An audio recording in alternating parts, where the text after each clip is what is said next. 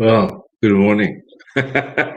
I'm sitting here looking at the screen, expecting something to happen. It didn't. But anyway, welcome to Mirador Television, Break an Egg, and Scene in Sussex. Plenty happening. It was a gorgeous weekend, a very nice weekend, and lots happened. We'll go through the headlines in a minute or two. But I think, first of all, what we want to do is we want to do this, don't we?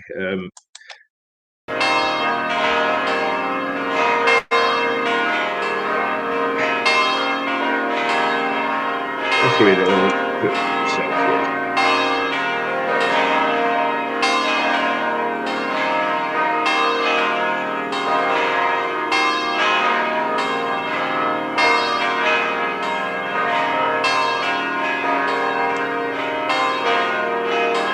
Now, why are we sounding the bells? Well, I mean, three or four reasons, I think. First of all, today marks the first real day of a breakthrough from lockdown.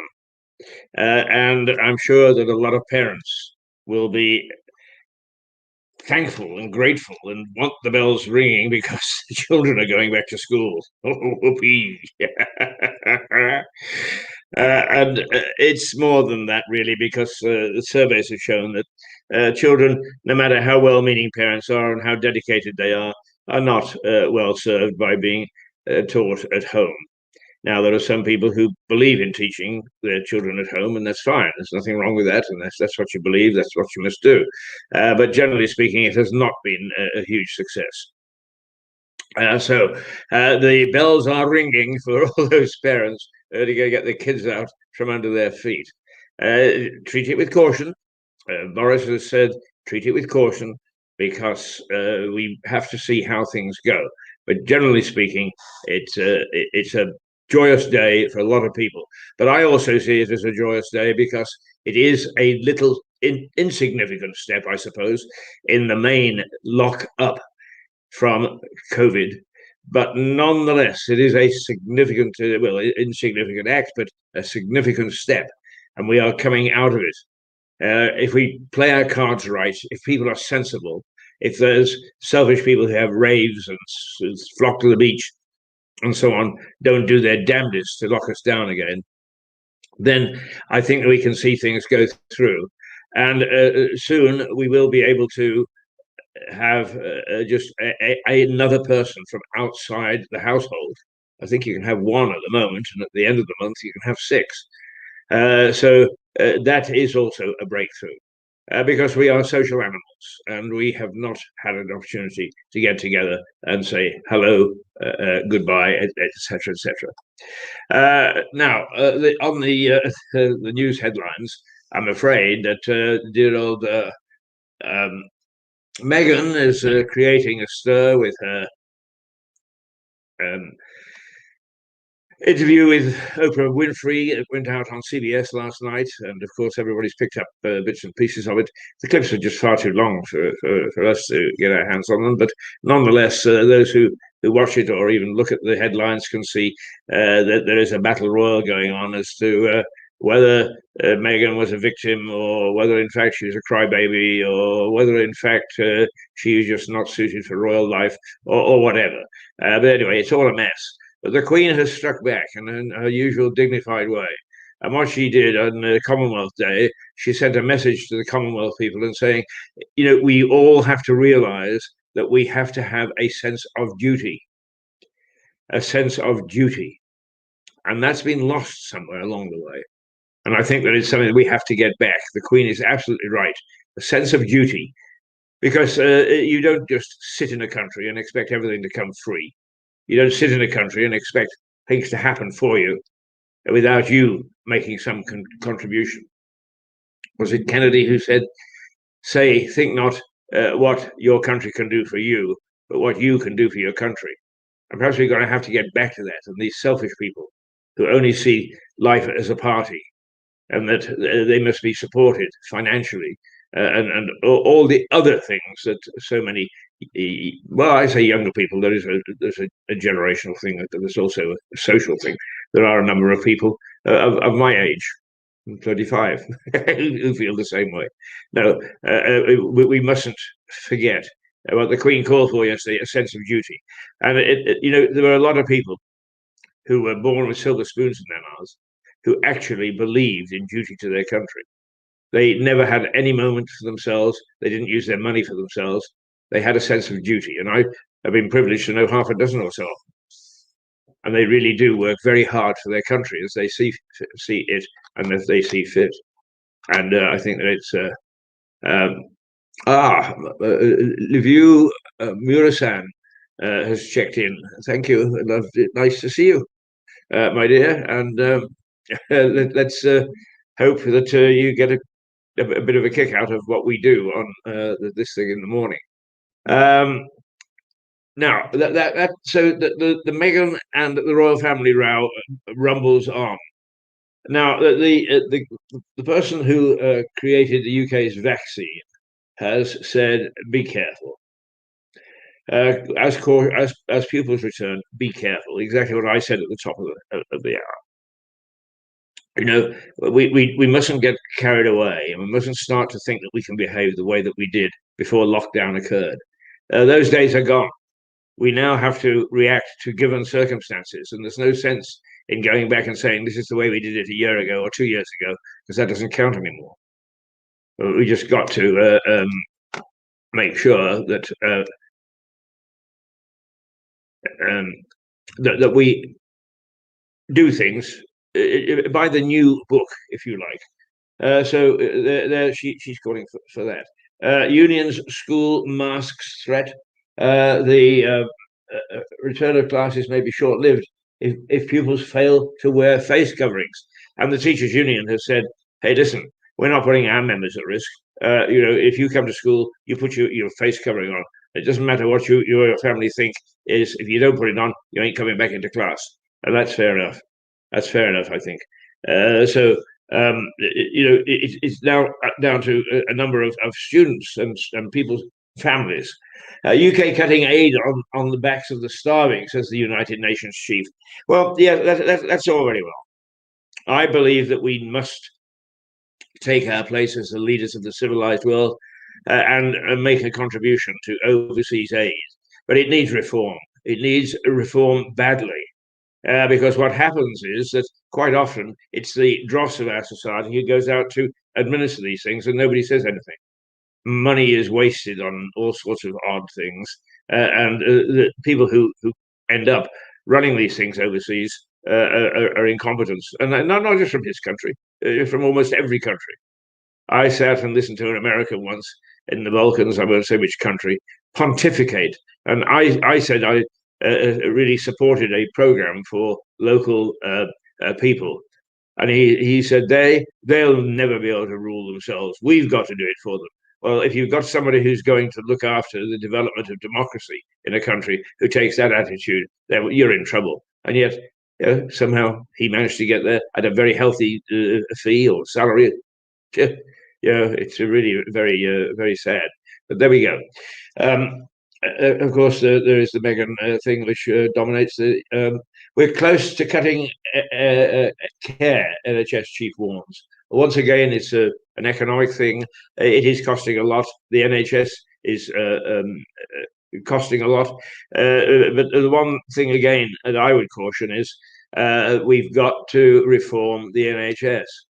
I'm not talking about the doctors and nurses. I'm talking about the NHS as such. The NHS, the monolithic structure that has a computer that tells you that you had an appointment yesterday. That can't go on. And those savings can be made to add to the services we provide on a medical sense.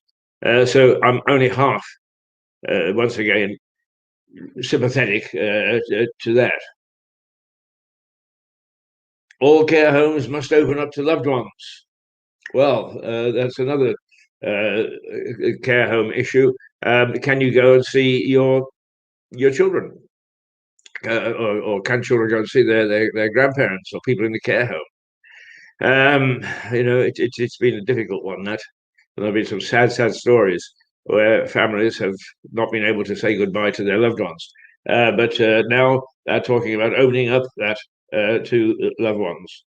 Um, the Daily Mirror, uh, Charles and William's immense sadness. They are really have been trying to heal the rift with Harry and Meghan and have signally failed. So they are really worrying about it. And they're worrying about it because of the bad publicity as well, I'm quite sure. Let's not say that there's anything that's not self-serving here. But then again, wouldn't you, if somebody was going to say nasty things about your family, wouldn't you really worry that you couldn't make amends with the member of the family who was threatening to tell all, or had told all, or was the center of the rift? Wouldn't you be sad if you couldn't actually make up with them? Um, ECB banking watchdog quizzes lenders over the Greensill exposure. So we're talking about a European. That's really a key financial story, and I think we'll save that one for. We'll save that for Paul Fowle, who with us tomorrow, and that story isn't going to go away.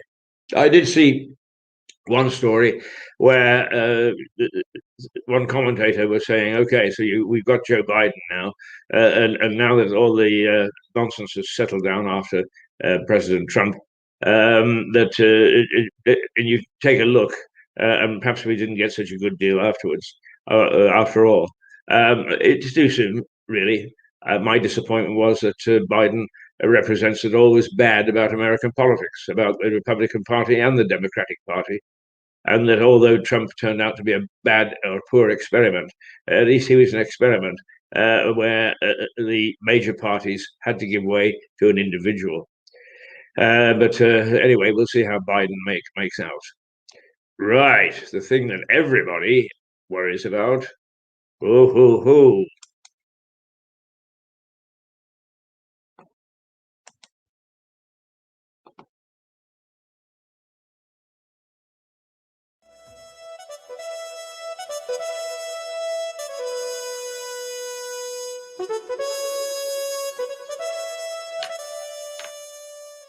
Hi, welcome to Mirador Television.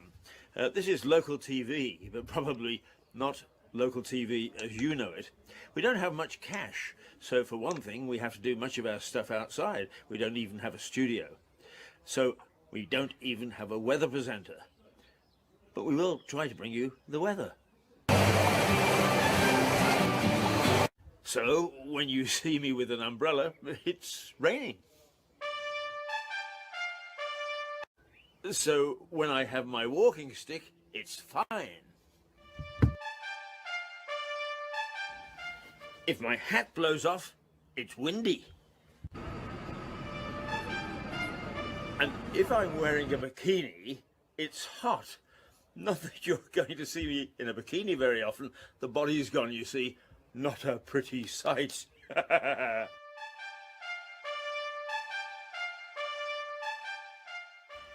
But when it comes to mixed weather, well, we really have a problem.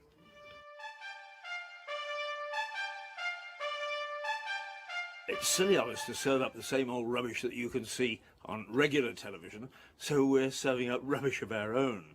But I hope that it's nutty enough to bring you back to watch us again. Stick with us, Nutty TV.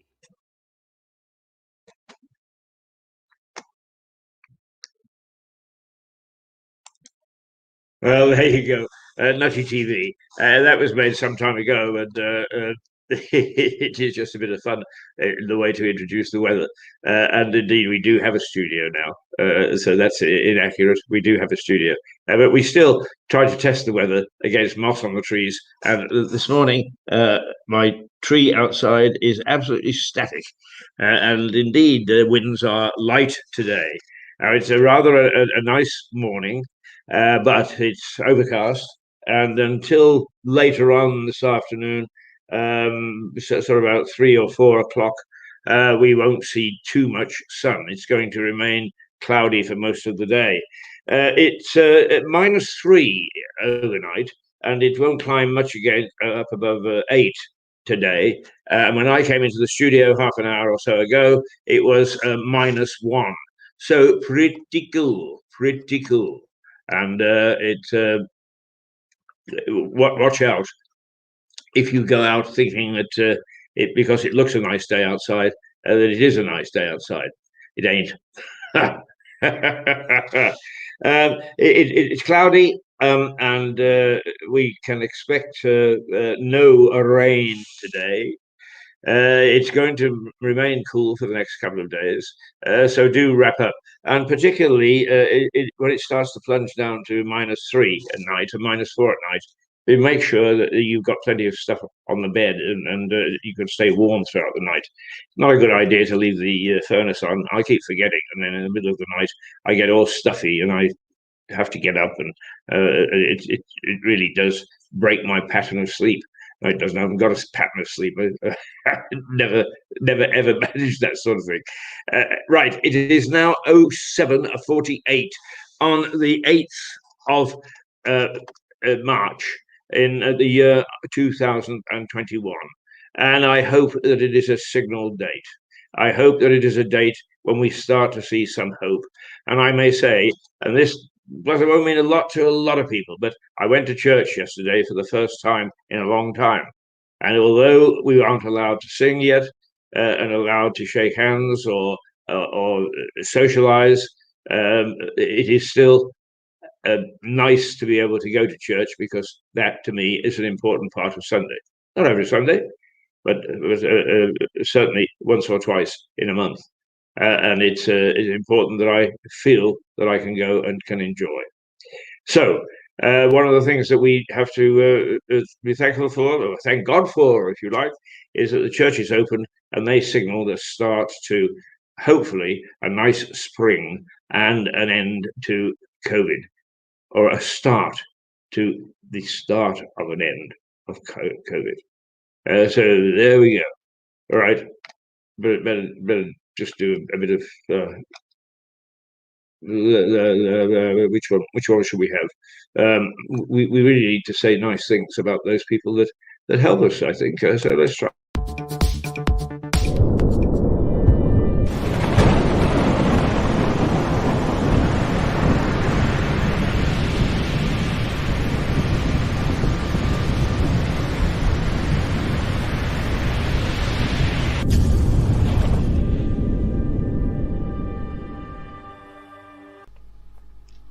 When you've missed the train,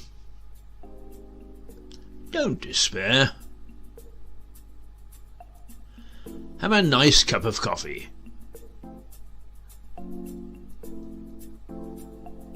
And perhaps a mince pie. At the Runaway on Lewis Station. After that, why worry about the next train? The Runaway on Lewis Station. Relaxation beyond compare.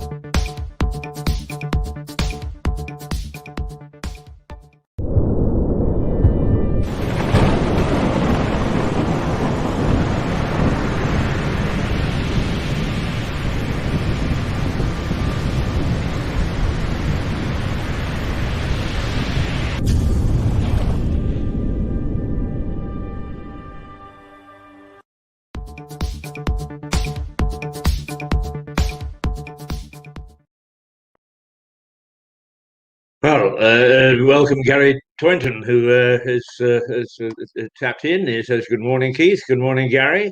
Trust you had a good night." He works overnight, sadly. Well, no, I've worked overnight many a time in various jobs that I've had.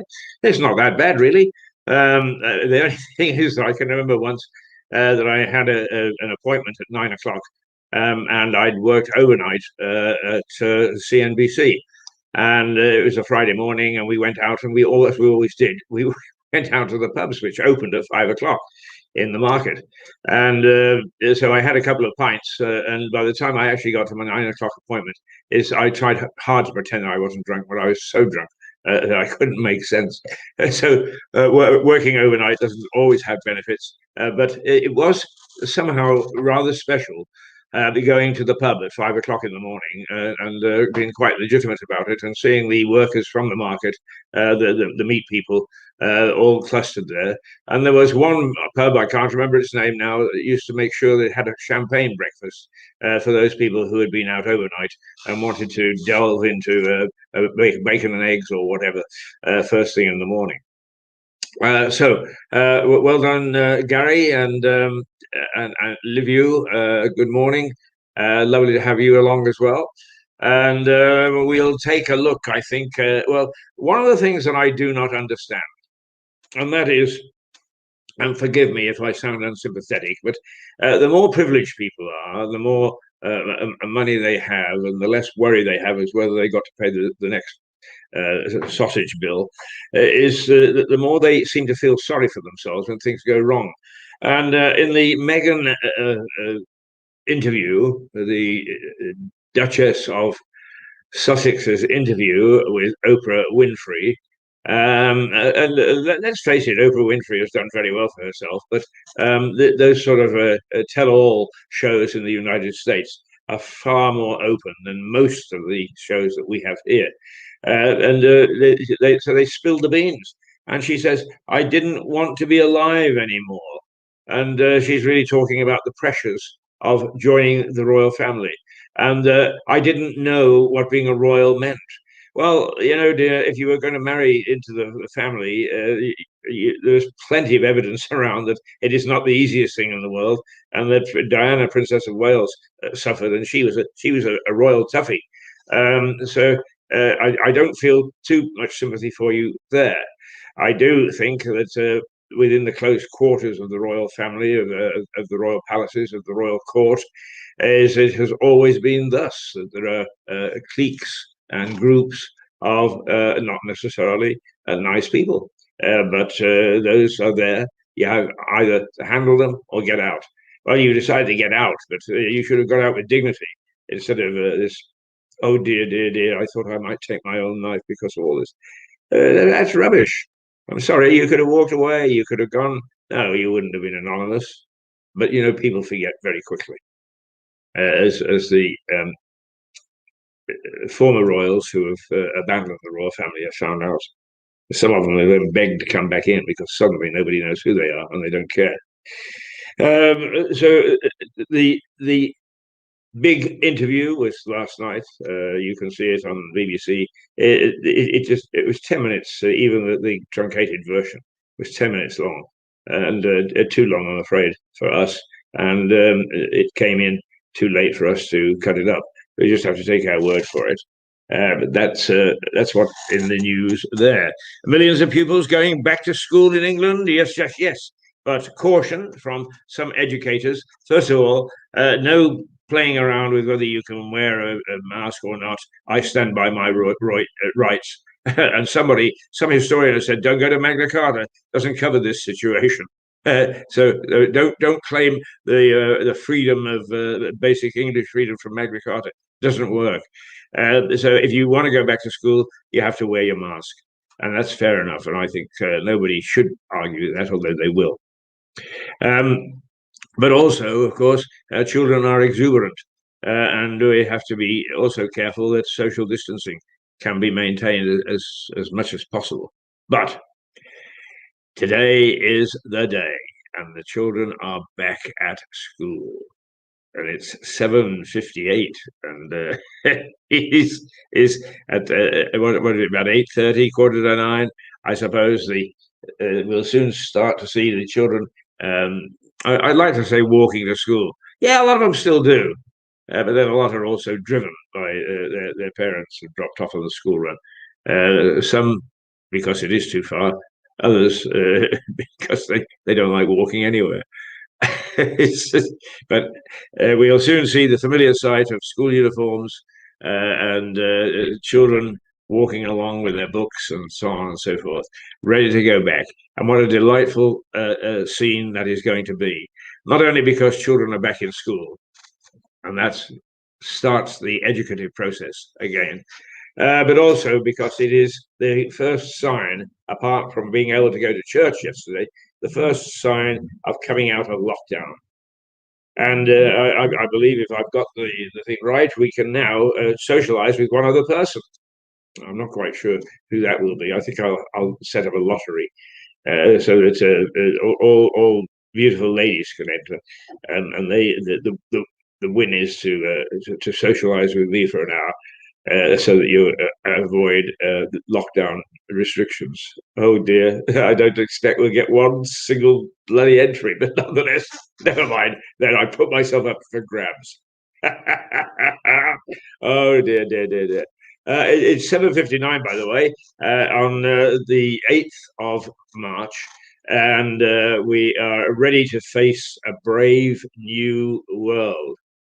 At the end of this month, we'll be able to have 6 people. And we then in April, hopefully, as long as everything's gone according to plan, we'll start to see some of the pubs and the restaurants beginning to open. And we'll be able to get back to some sort of normalcy. My only caveat and my warning is don't expect things to go back to the way they were pre-lockdown. In the great cataclysms of our history, the First World War and the Second World, people went off to war with the state, social status in Britain, one thing, and they came back to find that it had changed after the 4 years, 5 years of the war. The ladies now demanded far more freedom, that they had gone to the factories and that they had, let's see, no, nothing terribly important there. So that social change very much took place. And in the Second World War, people came back where the society was demanding a much greater sense of equality than had existed before people trotted off to war. And not only that, but we found, I think it was 1948, the Education Act of 1948, that gave every child in the country an opportunity to have an education which gave them a fighting chance of climbing up the professional ladder, not the social ladder. That didn't matter. Well, it did, but it shouldn't have. But they were getting a good education, and that is important and was important, and it changed the face of the United Kingdom. So don't expect things to be the same after this war, which didn't last as long as those two wars. Those two wars lasted 4 and 5 years, respectively. This one has only lasted 18 months, but that's long enough with the sort of war that it was. And some people weren't able to take it lying down, if you like. Some people found that they broke under the strain. Some people decided that they weren't going to take any notice of it. We've already had all sorts of reactions. But generally speaking, what will the brave new world be? What can we expect come April, May, June? Well, there'll be some obvious things, I suppose. That we will continue to shop in a different way, for one thing. We'll continue to socialize in a different way, for another. But generally speaking, we don't really know what's going to happen.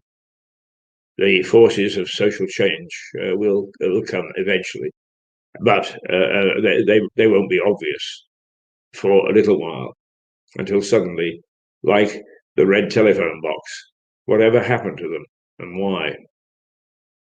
There we go. Um, There's an organizer of a pay rise protest. The NHS staff have only got 1%.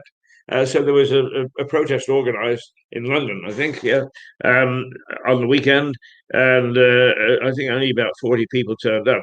But the organiser has been fined £10,000, not for organising a protest, but for breaking COVID rules and encouraging other people to do so, because they all met and gathered together and waved placards, stamped their feet, and shouted. So that's the sort of thing. Do be careful. I'm all for civil protest, particularly peaceful protest. In fact, probably I'm one of the biggest rebels myself. But do be careful that you don't break those sensible laws which are there to protect us. And that's exactly what those people are doing. They're talking now about a longer school day and shorter summer holidays as a possible plan to let children catch up at school. Now, I suppose the teachers won't be very happy with that, or some teachers won't be very happy. But I'm sure that the parents will be, because this is summer holidays is always a time when there is difficulty looking after children and doing all the things that you have to do, business and so on. So that's the sort of thing that we need to make sure that when we do them in a considered way. All right, let's. I need to see what we've got. I think one of the things that we should remember is that we need cash here. We've scraped by on a very minimum amount on the basis that we're going to get some sort of a government support eventually, because we slipped through all the cracks. Believe me, that government support has been taking ages to get clicked into place. But we were doing very well up to the time that this last lockdown in December happened, and like everybody else, we were hit very badly. But this is where we're striving to get back to, and it won't take us long. So if you think of advertising or sponsoring or getting involved in Mirador television, this is it.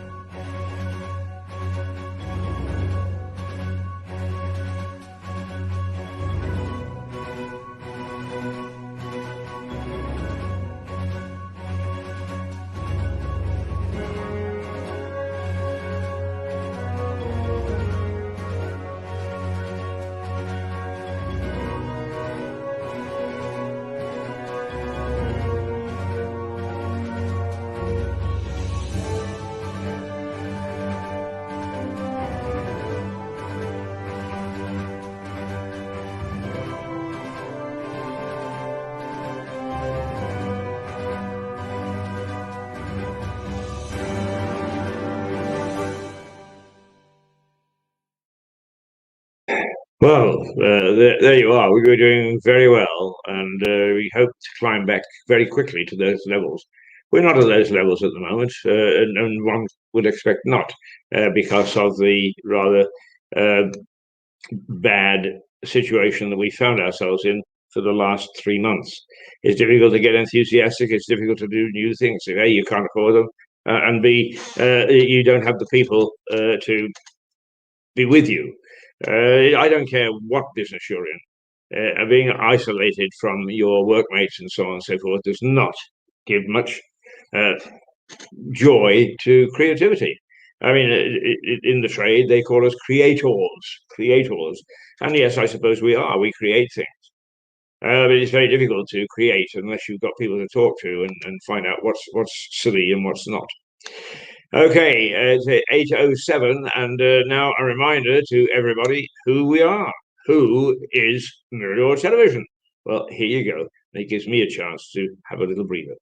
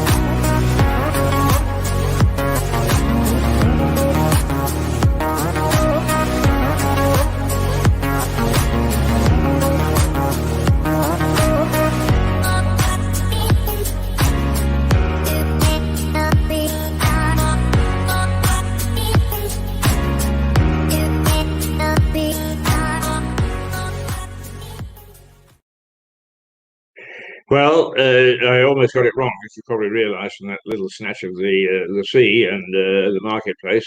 But that's who Mirador is. Now, let's just take a quick look at what's happening in the newspapers this morning, or what the headlines are.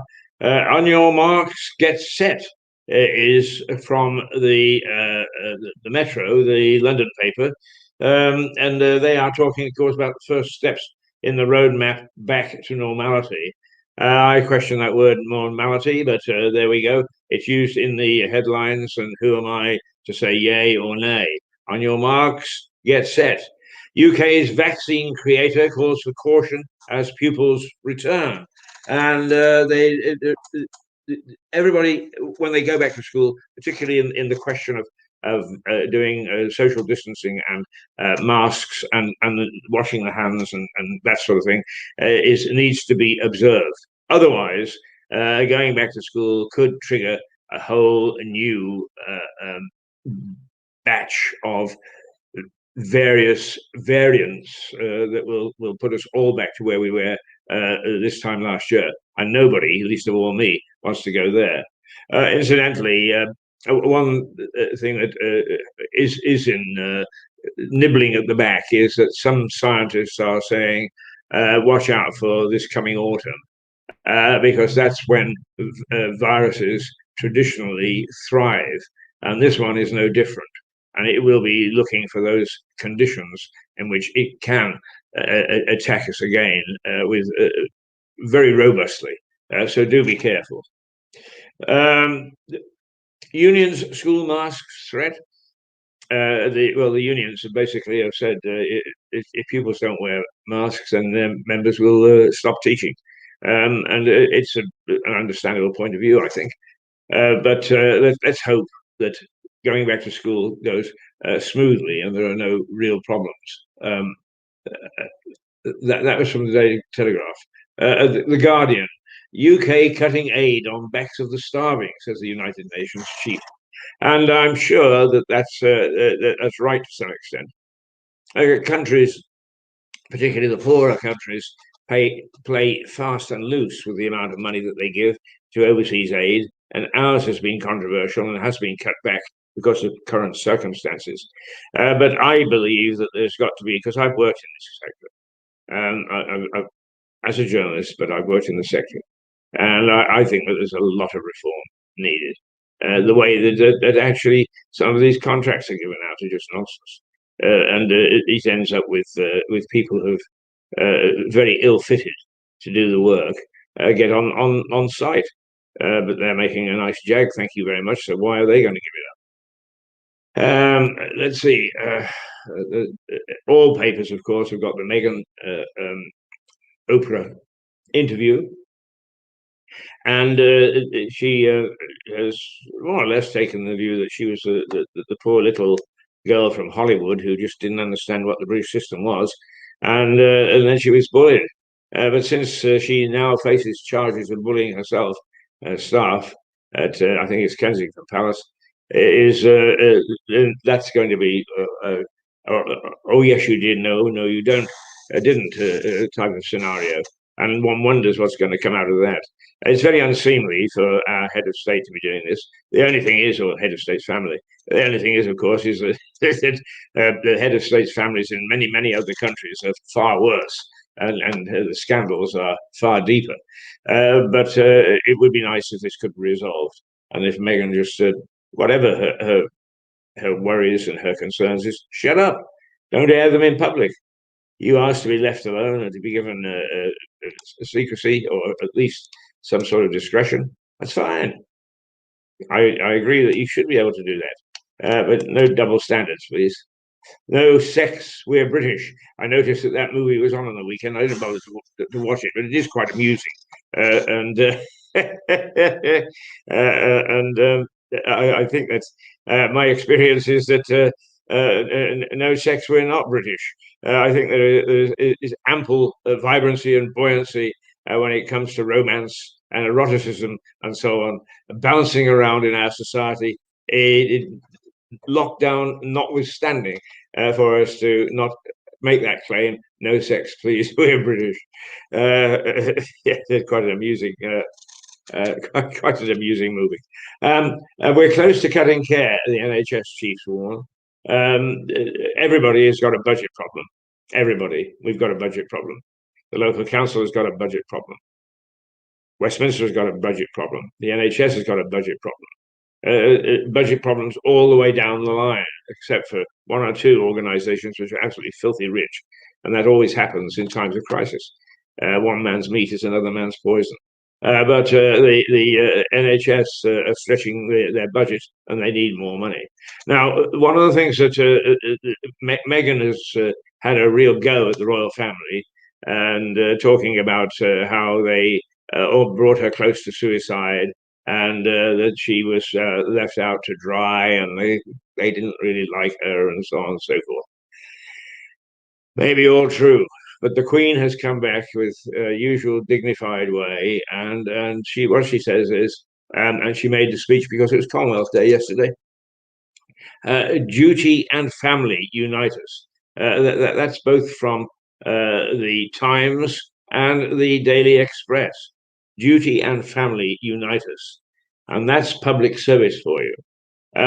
So the Queen has once again cut through all the flab and has said, come on, get a sense of duty. Because we've lost that sense of duty, there's no question. When I was a little lad in the 1940s and 1950s, the sense of duty in every household was there to be seen.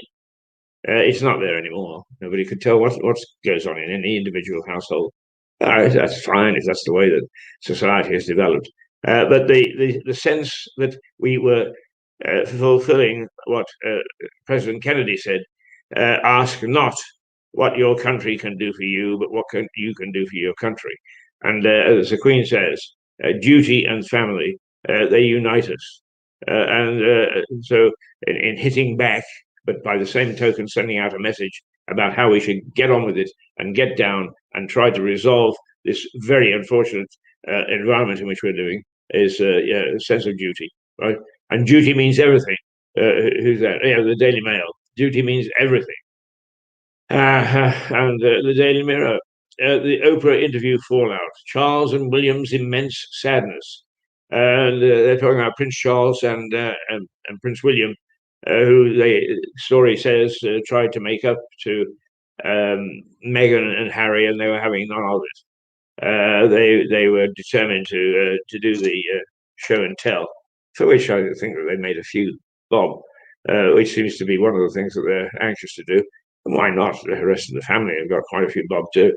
But they tried hard to heal the rift, or at least sort of get things back on a more even plane, and they failed.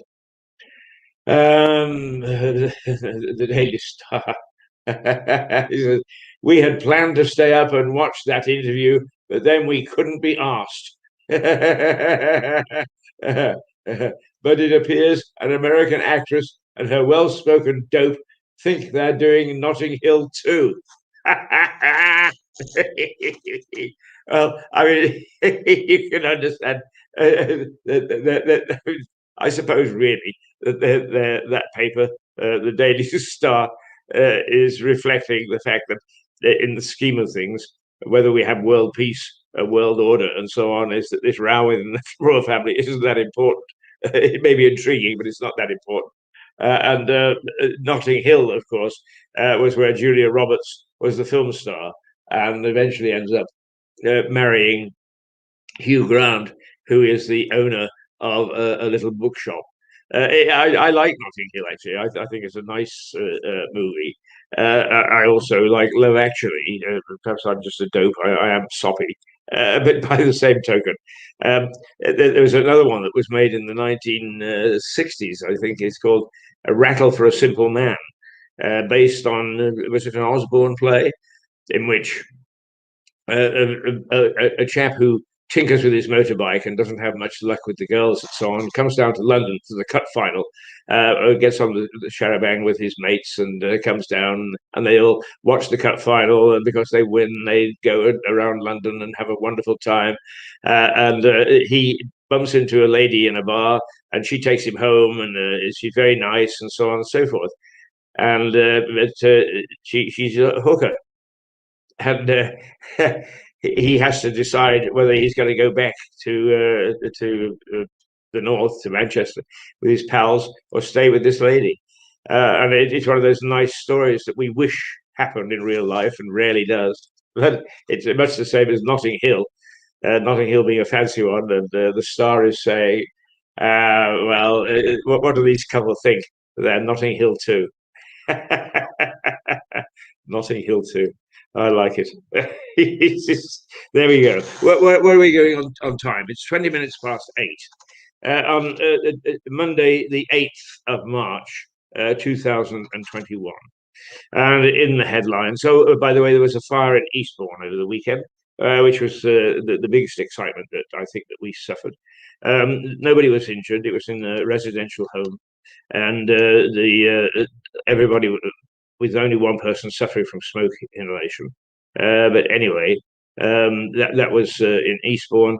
One or two things that talking about how we spend or should spend the increased council tax, but nothing that hasn't been thrashed around before. Stephen Catlin, if you actually tap into Mirador television, you'll see Stephen Catlin, who is a little at a loss as to some of the incompetence that goes on in our local council.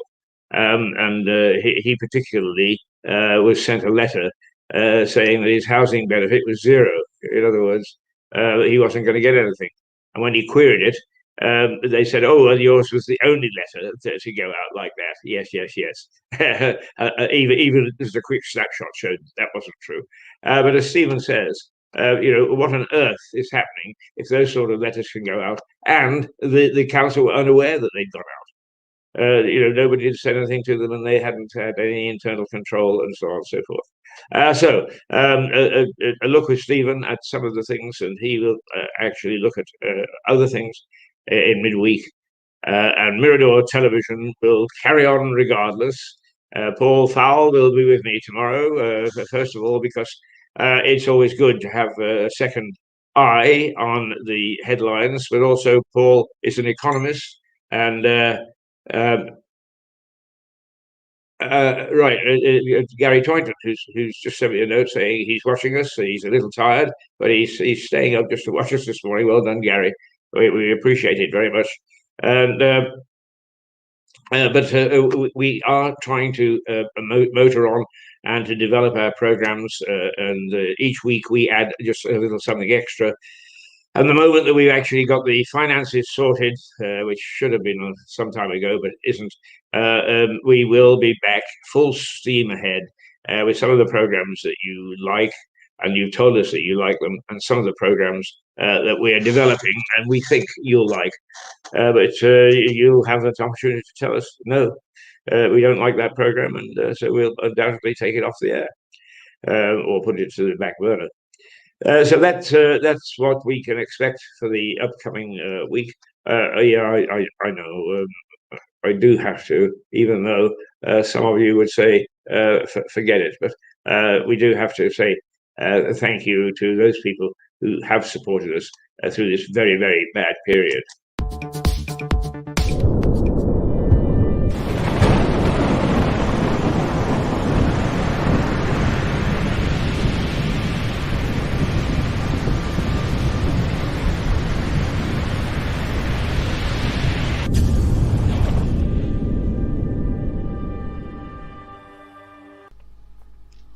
When you've missed the train, don't despair.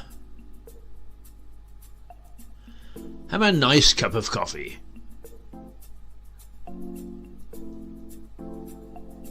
And perhaps a mince pie.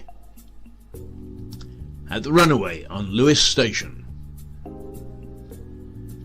After that, why worry about the next train? The runway on Lewis Station. Relaxation beyond compare.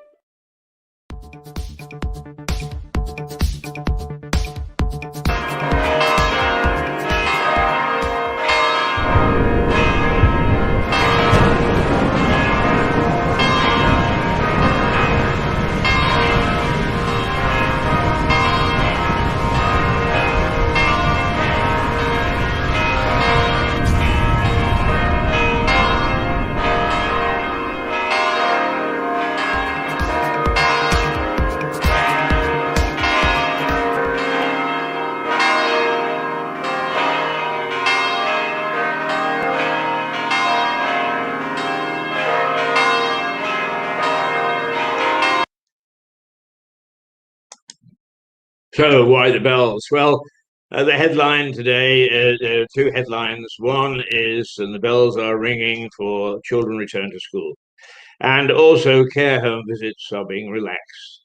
And also, there's the opportunity to visit with one person outside your household bubble.